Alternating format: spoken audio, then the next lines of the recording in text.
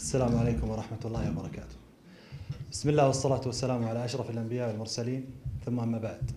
أولا أنا سعيد بهذا الحضور الجميل والرائع، ولولا أن أنسى البعض لذكرت الجميع كل باسمه، فأهلا ومرحبا.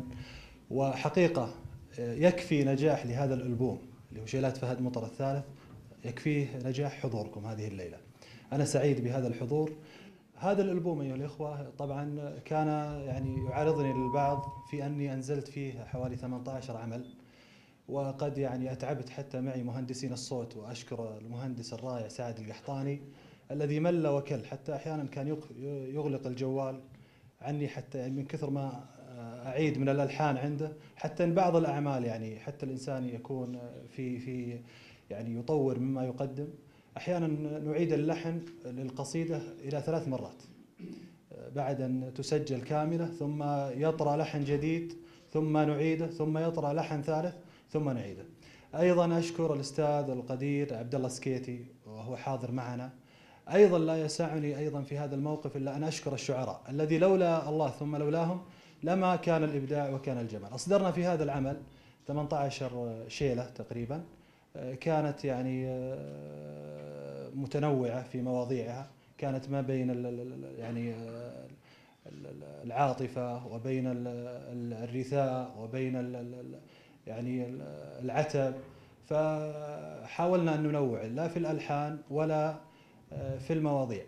أيضا كان هذا الألبوم طبعا فيه عادة، وهي طلب من الجمهور الغنائي الذي ترك الغناء، فأعدنا من الأشياء التي كانت لها قبول عند الجمهور وطالبونا فيها كثيرا، كلمات من كلمات الأمير محمد بن عبد العزيز اللي هو اسمها الإعلامي فالح طبعا، اللي هو قولوا للغالي قولوا له، وصدح فيها الله يرحمه طلال مداح، وأعدناها. وأعدنا أيضا بعض الكلمات للأمير خالد الفيصل، وكانت من ضمنها يا سحايب سراتبها، ويا شايل الظبي بين يديه. طبعا هذا العمل لا يخلو من الخلل، أو لا يخلو من بعض الملاحظات، وتلك الملاحظات حقيقة نفرح فيها. وأنا شخصيا المدح قد يكون الواحد يتشبع من المدح، لكن الملاحظات الإيجابية والجيدة الإنسان يفرح فيها، وتكون هي النجاح للعمل القادم.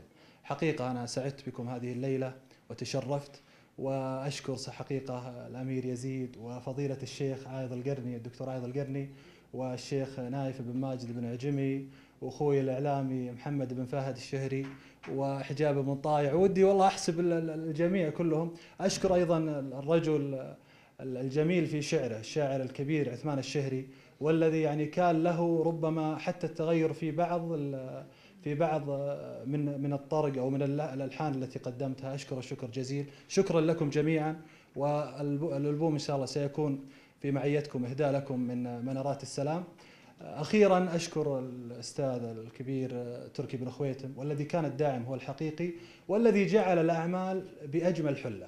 لولا ذلك التنظيم وتلك الدراسة الجميلة في تطور المؤسسة وتطور ما تقدم المؤسسة لما وصلنا إلى ما وصلنا إليه. أيضا تشرفت بزملائي الأستاذ خالد المري والأستاذ هادي، وحقيقة أنا الليلة سعيد بالجميع بلا استثناء. شاكر لكم ومقدر. يعطيكم العافية.